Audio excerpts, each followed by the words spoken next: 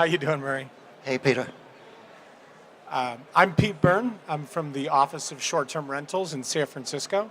We're responsible for regulating short-term rentals in the city and county of San Francisco, the birthplace of a lot of the modern home sharing movement. And this is my friend and colleague, I guess I would say, Murray Cox. Murray, you want to tell him? So my name's Murray Cox. I'm the founder of a project called Inside Airbnb. Inside Airbnb collects data on Airbnb around the world. I've been collecting data for almost 4 years now. I collect data on 100 different cities, and I release that data publicly, and also provide tools to analyze it. And in some cases, I work with cities very closely, like the city of San Francisco. Right. I guess, Murray, if I'd ask you a question, it would be, what was the impetus to start a project like Inside Airbnb? I was just curious. I live in Brooklyn, New York, and I live in a gentrifying neighborhood. And I just finished doing some anti-gentrification projects. And so I was interested in housing subjects. And I saw some journalists that were using Airbnb data in a very limited way. They just put some static maps in their articles. But some of the data they were using showed some concerning behavior and different to what the marketing message about Airbnb was. So the Office of Short-Term Rentals, I guess, a little bit about who I work for. San Francisco being the birthplace of modern home sharing in many aspects. Starting in around 2012, the city started to receive a lot of complaints with regards to short-term rentals and them potentially disrupting quality of life issues in neighborhoods. And in addition, a kind of rolling concern with regards to housing and the potential of exploited housing units being converted, residential units being converted to full-time tourist use on platforms. So in about 2014, when we got around to legislating it, they birthed the Office of Short-Term Rentals, which started in 2015, and was initially responsible for enforcing and registering hosts and enforcing against potential violators and people that were most likely running commercial units, right? So people who would take residential units in San Francisco and convert them to full-time tourist use. And I think that's kind of where we ended up getting together. Yeah, well, there were some things that happened before that outside of your office, and because I posted data publicly, an office, the legislative, there's an office that looks at legislation and looks at the budget, analyzes the budget for the legislation. There's an office in the city of San Francisco. They started using my data really without even asking me or telling me, and they produced a report that analyzed some proposed legislation.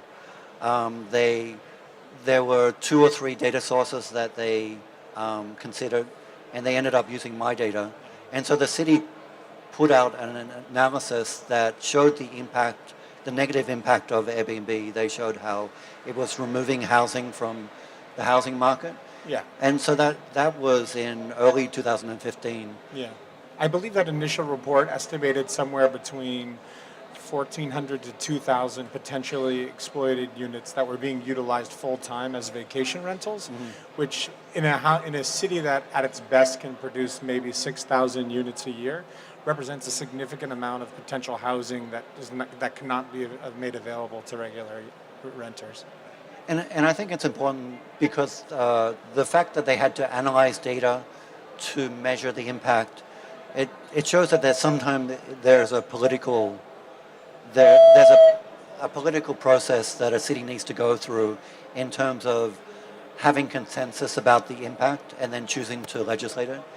Yeah, no, 100%. I think when we look at kind of that initial instance of the city and county of San Francisco using data, it reminds me of the fact that the more kind of when I look at what Inside Airbnb does.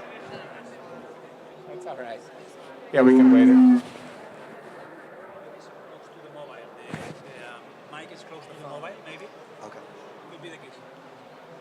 We're all right. When I think about when San Francisco initially began using data to analyze the problem, and I think about kind of where you began starting Inside Airbnb, where people began having a conversation around data, but were using it in limited aspects.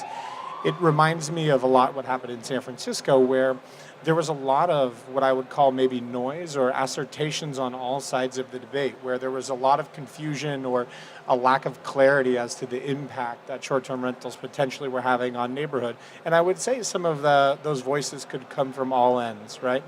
And the remarkable amount of clarity that a little bit of data could bring to the conversation for policymakers, for the public, and for staff in San Francisco really helped us, I think, focus our energy and brought consensus around the issue and even vocabulary around the issue where otherwise we didn't have it. And the strength of the conversation could then really begin to move forward in this idea of really looking at what was going on the ground.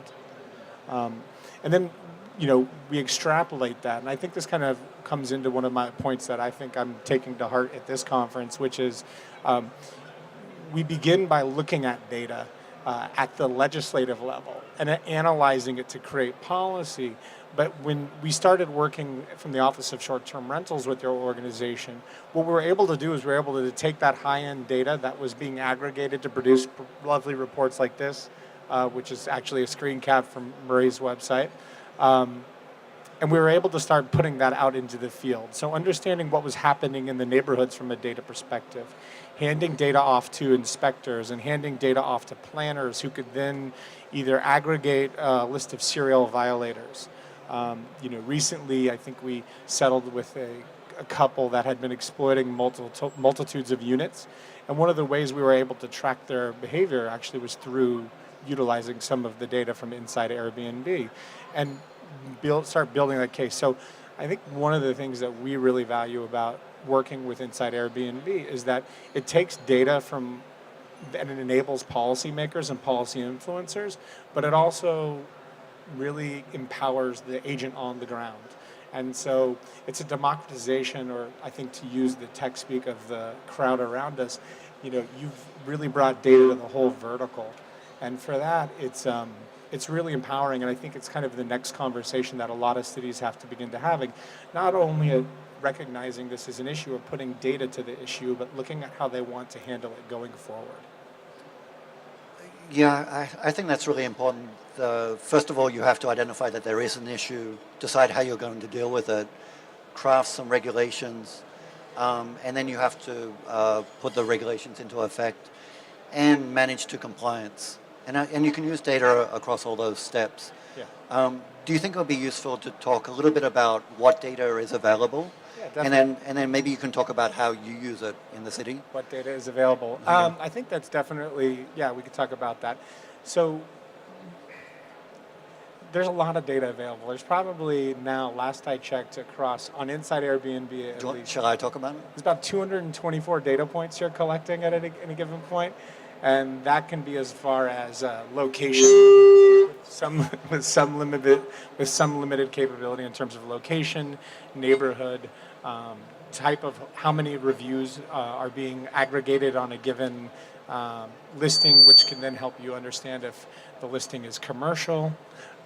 You can also find out if it's an entire apartment, if it's a limited apartment, and then all the amenities that also come along with said unit. And you can use this kind of information to do a host of things, but also really monitor the impact on a neighborhood level. But I mean, if you want to talk about some of I'll get into the weeds about what I enjoy about your data. I think you have a better understanding holistically about your data.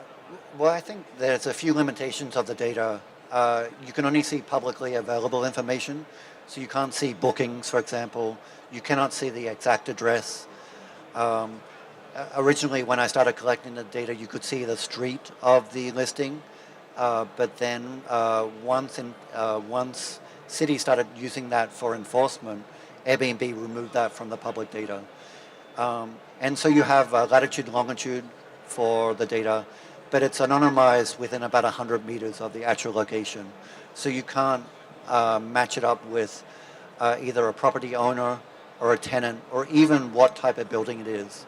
So if you're interested in questions about, is this an apartment building? How many units in the apartment building? Is it social housing or rent-regulated housing? The data can't do that unless you're either doing some research or matching it up with data, but Yeah, let's talk about a little bit about legislation and how we can kind of make data work together. Um, and again, I think data is a tool. It's not necessarily a solution, but in this case, it's going to be a powerful tool in terms of how we achieve everything. There we go. So in San Francisco, I think we've repeated a little bit of this, but we started the program in 2015. And largely what the original program was responsible for was overseeing registration and enforcement. And that was what we would call host-based enforcement and registration. There was no platform liability. We were not receiving any information from platform. And at that point, we didn't really have any visibility into the data. When the program first started, we hadn't figured out how to bring data into the day-to-day work. And so a lot of inspectors or analysts or planners would spend their time literally clicking through websites manually trying to find things, which is, as anyone knows, probably not the most optimal way to find things. And if you can bring a data-driven approach, you can usually drill down and bring better understanding to the activity on the ground. And so that's kind of one of the first things we set about doing. Absent input from the platforms and absent platform cooperation, the city and county of San Francisco was really forced to figure out how to begin to understand this both spatially and statistically, but also then taking that and bringing it down to the analyst on the ground. And did the city ever ask Airbnb for data? Yes, the city on many occasions requested platform cooperation. I believe famously the mayor's office published a letter on the front page of the San Francisco Chronicle requesting further cooperation from short-term rental platforms, and specifically Airbnb, requesting either data transparency or liability, a cooperation that would enable the city to garner better compliance with the law. We never got a response to that. And the office kind of carried on its own, I think. And again, what ends up happening is you have an office that then plays whack-a-mole. So I kind of want to show maybe some statistics and then show you guys what happened with regards to some of the laws, because we had to make a change. So the original legislation only allowed for people to host in their primary residence. So they would apply for a license, have to prove that they lived there. It was limited to 90 days. Again, registration was occurring at the host level, so there was no responsibility from the platforms. And the city and county ended up maybe issuing about 2,000 licenses under this system and enacting, I think, penalties across about 700 different units and assessing about $1.7 million in fines. And people would just go out in droves and kind of issue violations at people's home addresses, which is not an efficient way to administer a program for an activity that's occurring online. And that's pretty typical in other cities that have had permit systems. For example, the city of Portland had a permit system, and they had a requirement that you had to put the permit number on the listing. With the data, you can actually tell whether a listing is permitted by looking for that permit number. And a typical compliance rate is about 10 or 20% of listings that have permits. In cities that require permits, sometimes for all the listings. Yeah, I think the Portland Auditor's Report just came out with that number, that they had about 20% compliance. And that licensing field ends up, when it becomes kind of an option, then a lot of people just bypass it or mistakenly put anything in there, and the information becomes less viable and very difficult to audit. Mm-hmm. I mean, even in San Francisco, I think at best we may have had 30% under kind of the original legislation, where we couldn't really enforce anything as it was going on, which I think leads us to legislation 2.0. And I think, Murray, and you can speak to some of this, what we're seeing in cities is that a lot of cities who initially passed legislation were looking at kind of a host-based platform enforcement or registration, where they would go after people and they would do it without really help or or maybe even data. And they were kind of feeling around blind, trying to make this kind of platform stuff happen. Yeah, I think the idea of some type of platform accountability, the requirement for the platform to cooperate or follow the laws of the city. This is something that's it's just starting to happen with cities around the world. San Francisco was one of the first in the U.S. Yeah. So, yeah, I mean, if I could categorize in Airbnb policy very simply, it's you had a phase 1.0, which I think was host-based enforcement, which was limited, I think, as we've displayed. And then now we've come to 2.0, where cities are really looking at how they can either garner either data transparency or platform liability or both, wherein the platform either hands you information on who the hosts are, and you can then go out and seek to implement your policy, or platforms are cooperating and either verifying registry and delisting people where appropriate. And I think both kind of pathways are viable. They require different maybe instances. I have personal preferences working for the city and county of San Francisco. But I think what's important to also note about kind of this wave 2.0 is to also note that it is not anything. It reminds me of the adage, right? Anything good is not easy.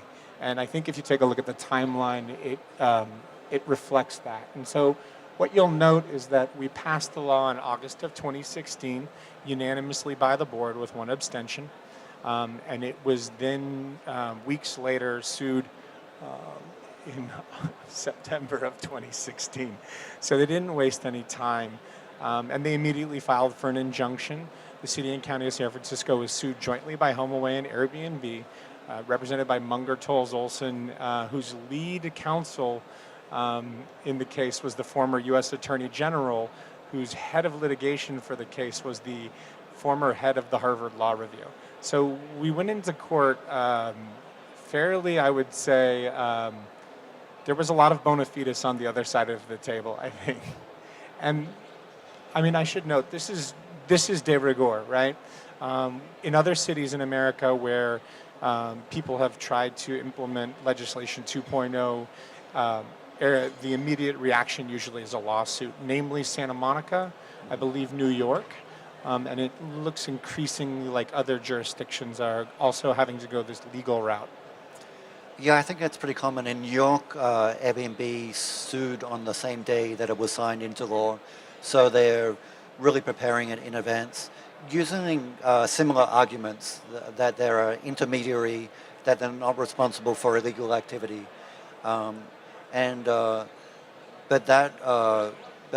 Basically in San Francisco, that argument wasn't, that there was no credit given to that argument. Yeah, so in federal court, the injunction was immediately thrown out, and the federal judge moved for us to basically settle with the platforms.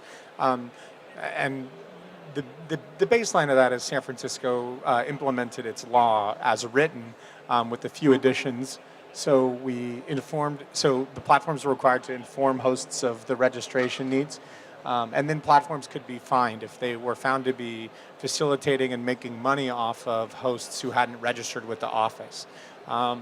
There wasn't many aspects of data sharing, really just more data auditing, where we were allowed to verify the veracity of the license that the host claimed, right? So, and through this though policy, what I think is most important is that everyone had to have a license, which meant everyone had to have an application. And so kind of some of those aspects of data transparency that I think a lot of other legislations immediately go for, we got because essentially everyone that wanted to host had to have a license and give us their information. So we're able to kind of collate a whole picture of short-term rentals that transparency otherwise would have provided by fully implementing platform liability. And can you talk about what that liability was? What was the financial incentive for Airbnb to follow the law? Or? Yeah, so when I refer to platform liability, it meant that potentially in the past we were finding hosts responsible, and we could fine them upwards of near $500 a day per violation. That platform liability, what I'm referring to specifically, meant that that same financial penalty could then also be assessed to the platform. So in an instance of a platform that facilitates a fee for a booking, we could find them $500 a day uh, per listing. So you stretch that out over at the time to maybe 10,000 listings, and if at any given day, 3,000 of them are booking, you're talking about multi-million dollar fines a day racking up. So the environment to not comply immediately becomes septic to any kind of platform. The, the idea that they could do business without checking someone's license then became a no-go, and it immediately changed kind of how we did business on a day-to-day basis. I think we're in a very tech-friendly environment here, so you can see our hockey stick growth. This was applications received for registration to date, with the line demarcating the date of implementation, and you can see the curve of growth, right? And so this is kind of a number I think a lot of startups would be jealous of when it came to that lovely hockey stick.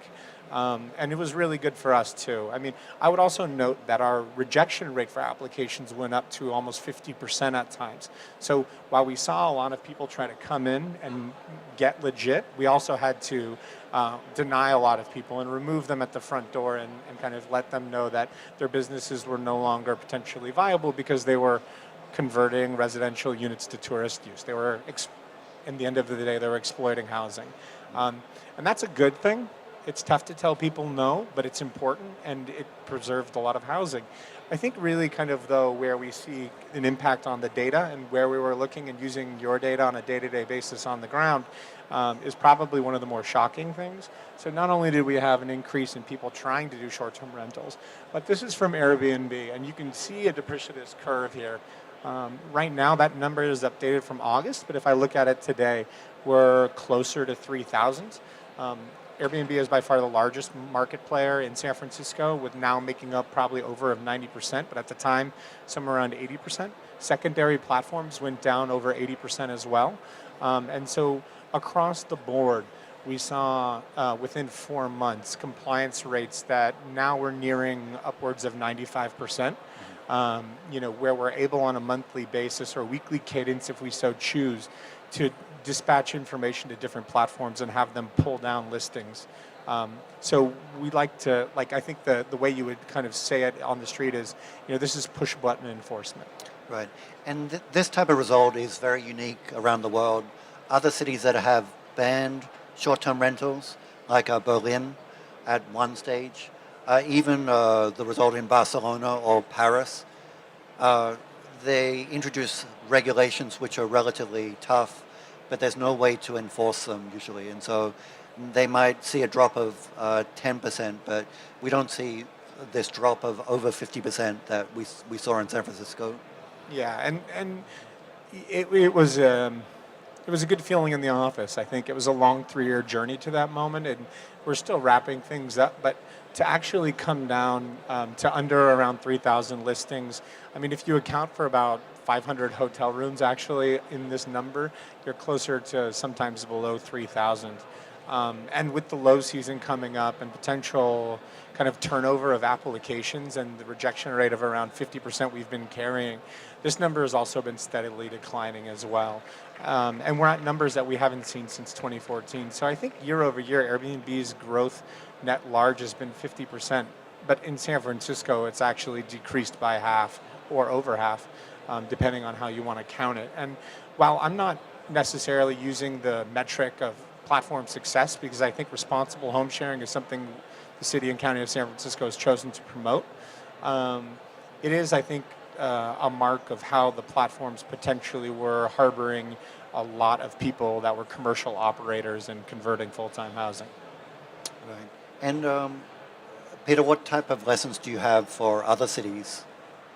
Yeah, I think that's a great question. I think, if I could break it down into two major things, it would be you need to get the data. I think, the lovely button on Inside Airbnb says it so well, get the data, 3 simple words. But then the second thing is you really need to democratize the data, or you need to really filter the data down. So to take the data in terms of giving it to a knowledgeable policy analyst who can make a recommendation is one thing. I think it's important to put it in the hands of policy influencers and decision makers.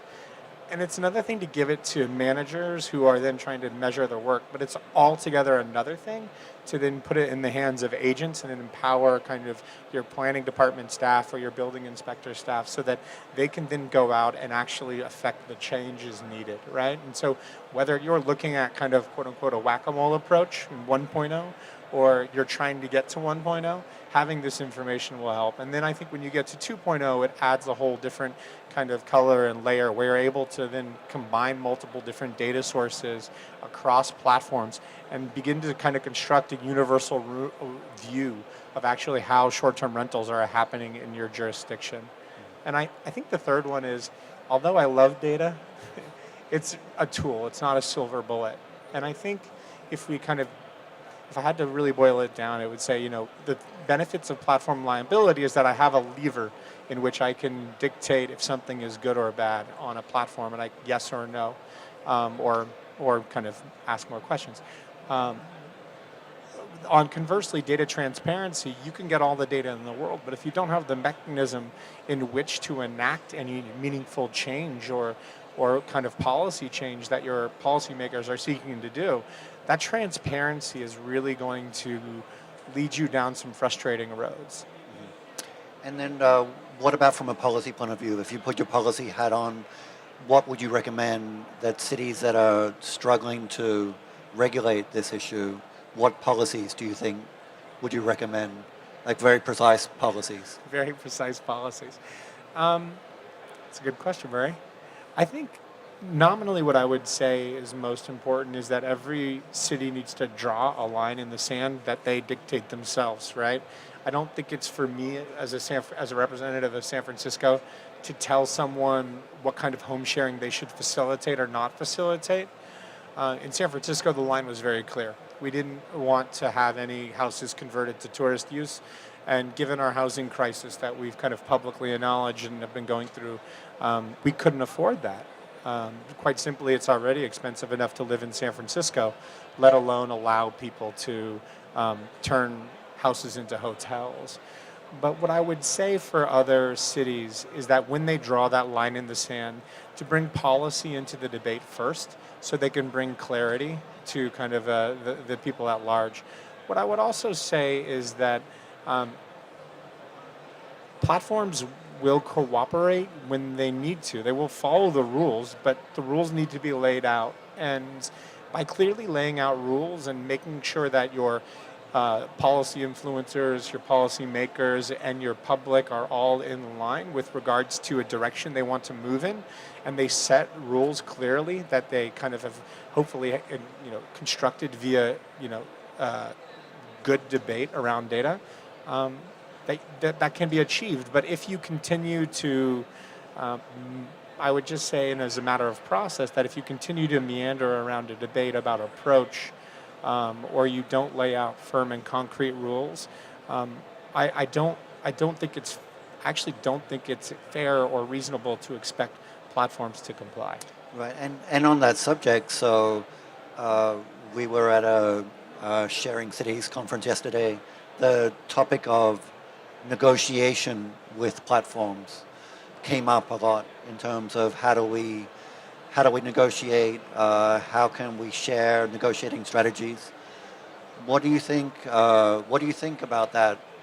I think between negotiation versus regulation. Yeah, I think negotiation's great if it helps you add clarity to a debate and if it helps you find a middle ground. But in the end of the day, I think the solution is still, in the instances in American cities, is certainly going to be around legislation. Mm-hmm. And we see the most movement in American cities with regards to compliance, usually around legislation. So San Diego some of these cities that otherwise would not have these debates are progressively having kind of stronger and stronger pieces of legislation. I think Washington, D.C. comes to mind. San Diego comes to mind.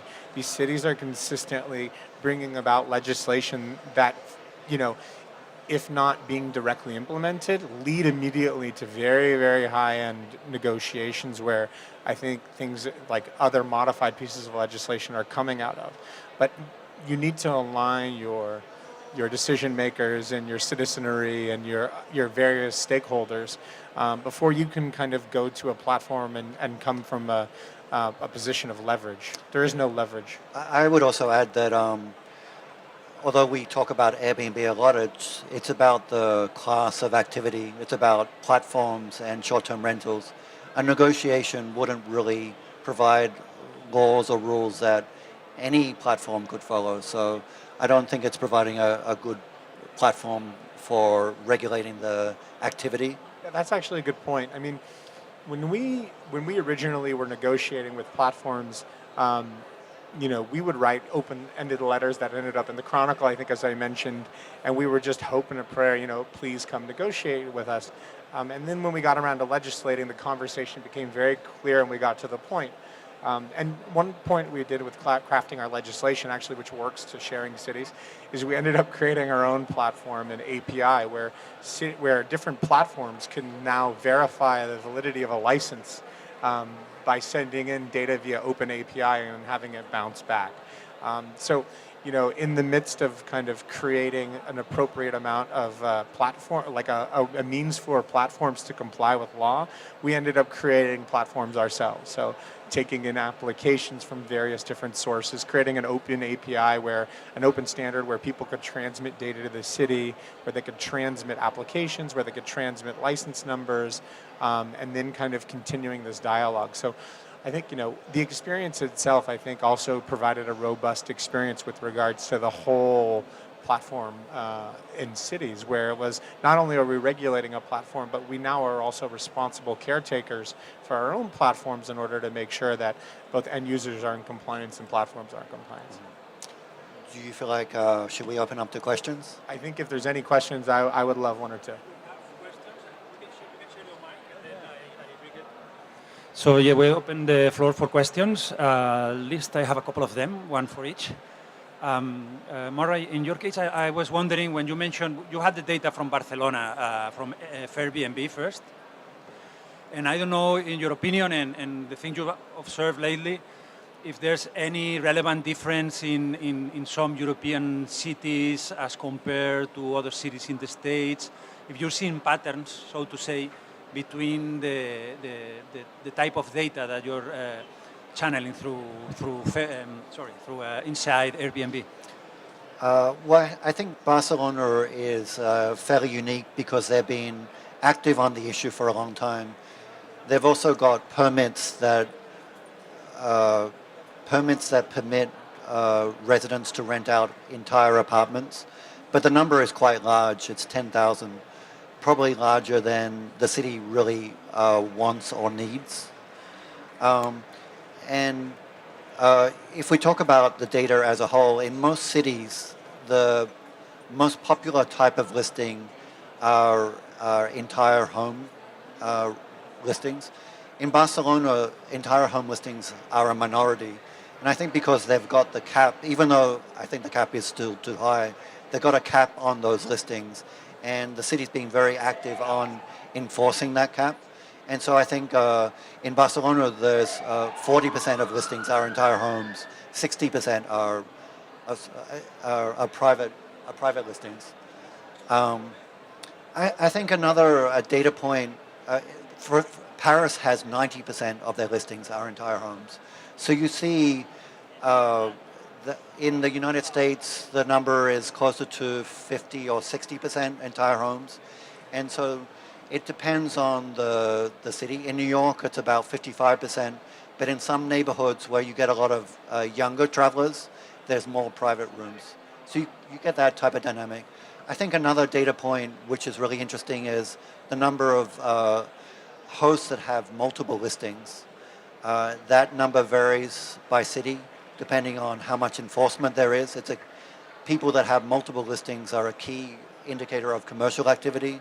And so where there's been a lot more scrutiny from the media, residences, and the city, that number drops down a lot. I think Murray's dead on. I would just add 2 points. One is that, when people are looking to evaluate home sharing, particularly policymakers or when anyone's looking to analyze the problem, I think there's two competing narratives, right?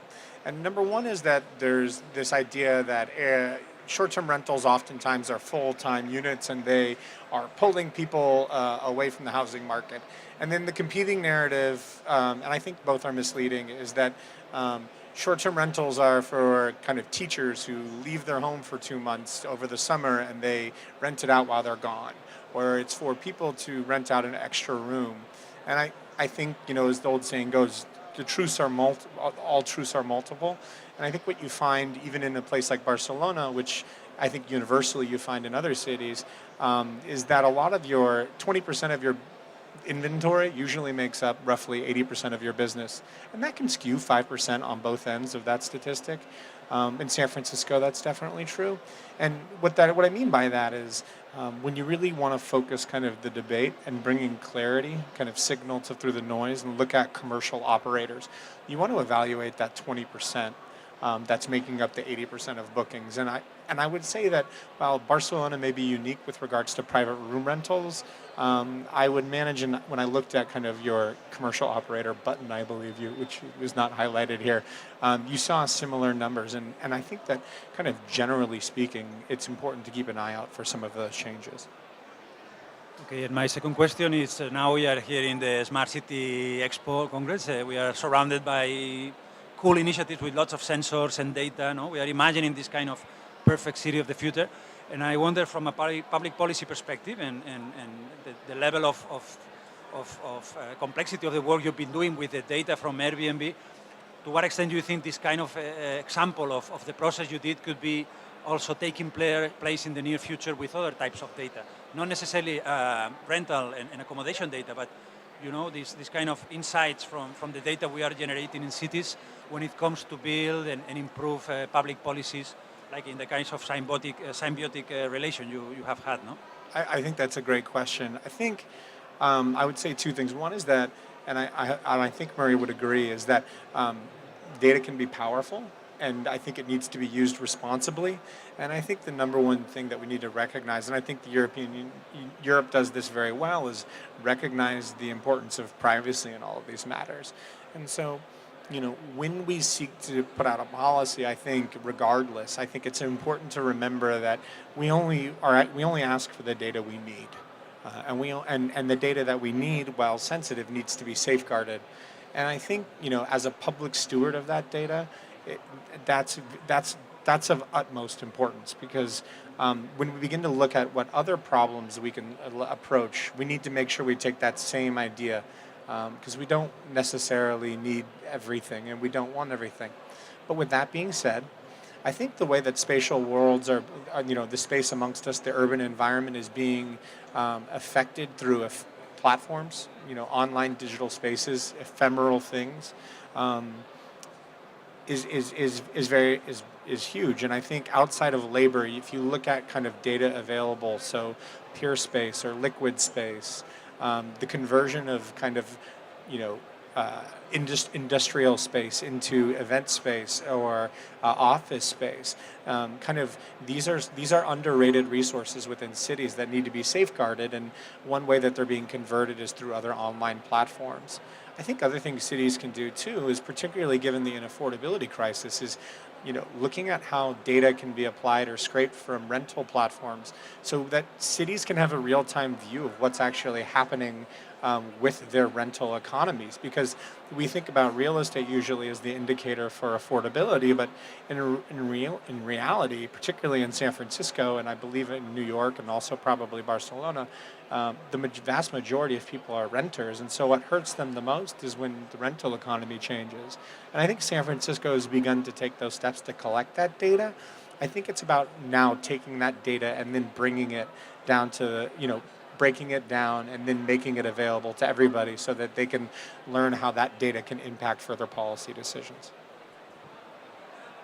I work with a lot of open data, civic hackers that are using open data.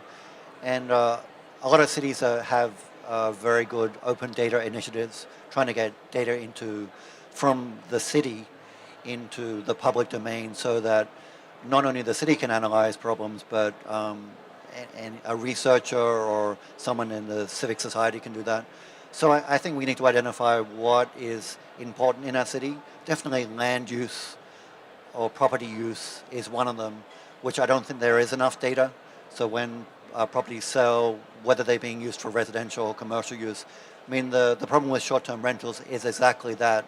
How is this property being used compared to the allowed use? And so I think having data with that and even building that into legislation and making it, putting it into the public domain, I think is very important. And the other things that are important are things like the environment, food and food prices. And so I think making sure that we've got this data commons of the things that are important to our cities. I mean, and again, I think like emphasizing the collection of data is not to the means of tracking people. It's to track the environment and better make the environment, I think, for the residents. And keeping residents at the key, particularly by keeping the data transparent and available, not firewalled, I think is critical to any initiatives you want to take. So I think the major problems that sometimes data can solve, particularly in terms of bringing about better equity, have yet to be determined. But I think the framework with regards to transparency and then also privacy in what we're collecting are becoming more important and driving, I think, sensitive conversations. So someone has a question for them, another one before they finish? Okay, so thank you very so much. much.